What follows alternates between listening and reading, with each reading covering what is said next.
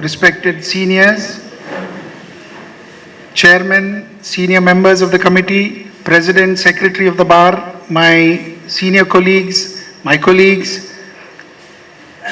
After a long time we are having elections. It's going to be a very healthy, competitive elections in our bar. We have got two candidates. I've already spoken to them individually to maintain a protocol which both have voluntarily agreed. Without wasting time, we will give our candidates the time to speak. I now invite Mr. Prithviraj Rai to address the bar. Namaskara. Very good morning. I am very fortunate to appear before this August Assembly of the members of Mangalore Bar Association. We are in the process of having elections. For the past few weeks, I had an opportunity to talk to you because I am one of the candidates for the post of the president.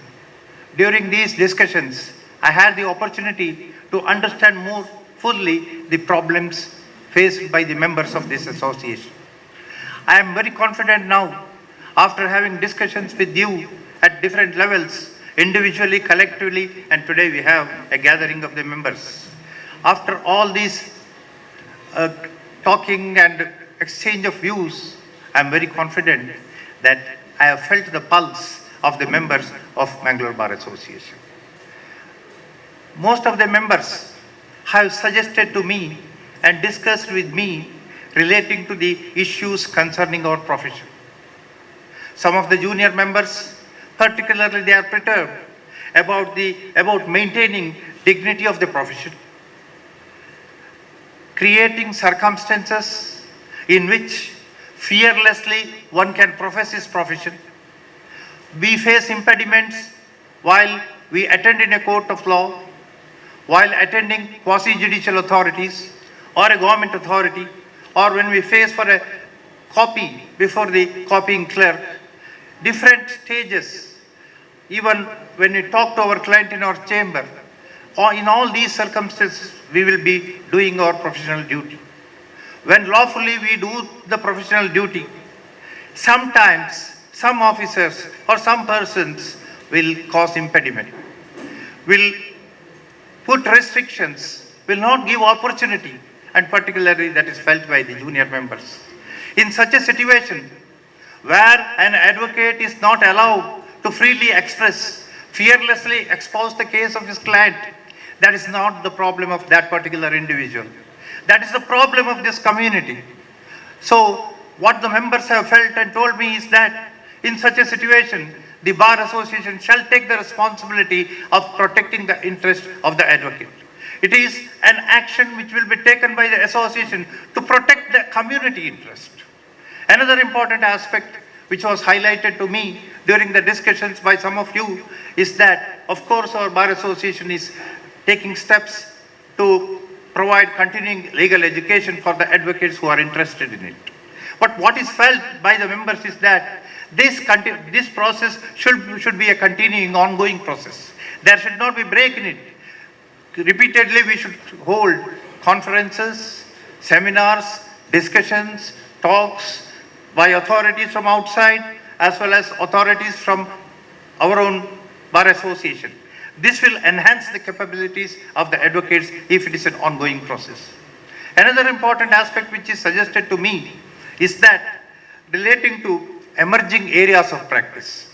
You know arbitration is an emerging area. You know online filing. You know the e-filing. All these new things for us. We need training on all these aspects. We need training how to e-file a matter before the other court. We need training how to address arguments when it is an online argument. Some of us may require a crash course in spoken English. Some of may require a crash course in reading old Kannada documents. All these can be arranged by the Bar Association. I'll give you a simple example. We have got this TV. We have got this hall. For most of the days it is unused except for a meeting like this. What can be done is, by simple innovation, we can get the display of the ongoing proceedings, online proceedings which are available in the internet during the daytime in this hall.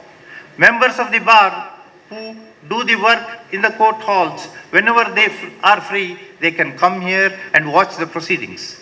When continuously these proceedings are watched, particularly of High Court and other higher courts, definitely the level of knowledge of our members will increase and we will be on par with advocates of bigger cities. Next important aspect is that there is a long demand for a High Court bench in Mangalore. Merely making a demand is not sufficient. What has been suggested to me is that the Bar Association has to do a research on this issue. What are the parameters which will be considered for establishing a High Court here? We will see that we fulfill the parameters and we will prepare a report and make a submission to the authorities and convince them for the establishment of a High Court here. Similarly, we have long pending Vakil Bhavan under construction. Along with Vakil Bhavan, we should provide facilities to the lawyers. Parking facilities will have to be improved. Most of the lawyers have expressed their opinion that in this regard also the Bar Association should take active steps. Now, I'll come to a very important topic. As far as this topic is concerned, I think none of the bar associations have applied their mind. We have got an opportunity, be a torchbearer of a revolution to delete those laws which are absurd, those laws which are creating anomaly in the legal procedure. I'll give you 3 examples, then you will understand what is the topic I am talking about. You take 138 proceedings. Finally, you get conviction or acquittal. In both cases, the way you can appeal is different. In one of the cases, you go to the sessions or the district court. In other case, you go to the High Court. Why this discrimination? Is it not snatching away our opportunity? That is a bad law. Out of the same proceedings, 2 different appeal remedies are provided. And if we are able to convince the legislators by educating them, along with the support of the members of the other bar associations, definitely we have got a good case to proceed with. In these matters, a proactive step has to be taken by the Mangalore Bar Association. Another example I will give you. You take the case of a decree. When you want to execute the decree, you have to file an execution case. What if that suit continues? Even after the decree, it should be posted for compliance. When that is done, these unnecessary proceedings of an execution case can be curtailed. We can avoid inconvenience to the public. The very, what has been stated every day, speedy disposal of the cases. This can be done either by changing that 138 rules or regulations, or even this rules procedure relating to filing of the execution case. Definitely, we will have to discuss the modalities and the law point relating to that. Once we take a decision on this, after much discussion, definitely we can pursue this matter with the legislators for providing necessary relief. Another important aspect I will tell you. There are many, because of the time constraints, I am only referring to these 3 as anomalous, they are absurd laws. For example, you get an order in an IA in a lower court. If appeal is not provided for in respect of that order, you will have to rush to the High Court. The party will have to go there. The suit remains here. It will languish in the High Court, and after some years it will come back and then the suit will proceed. Why this waste of time? Why the district judiciary should not be given power to take up these matters?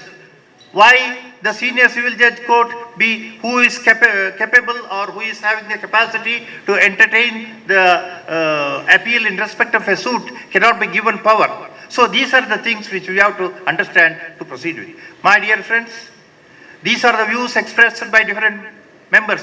I endorse their views fully, and I promise that I'll work for realizing the dreams of the members if an opportunity is given to me. On the 10th day of June, you'll be going to the polling stations. At that time, you remember these causes. You remember these problems. You remember these challenges. Then also remember the promise made by me and give the verdict. I am sure The mood is different. The mood is for a change. I'll be a vehicle, I'll be a instrument on behalf of you, leading the Bar Association to make the change. I am sure there's a mood for a change and together we will do it. Thank you very much.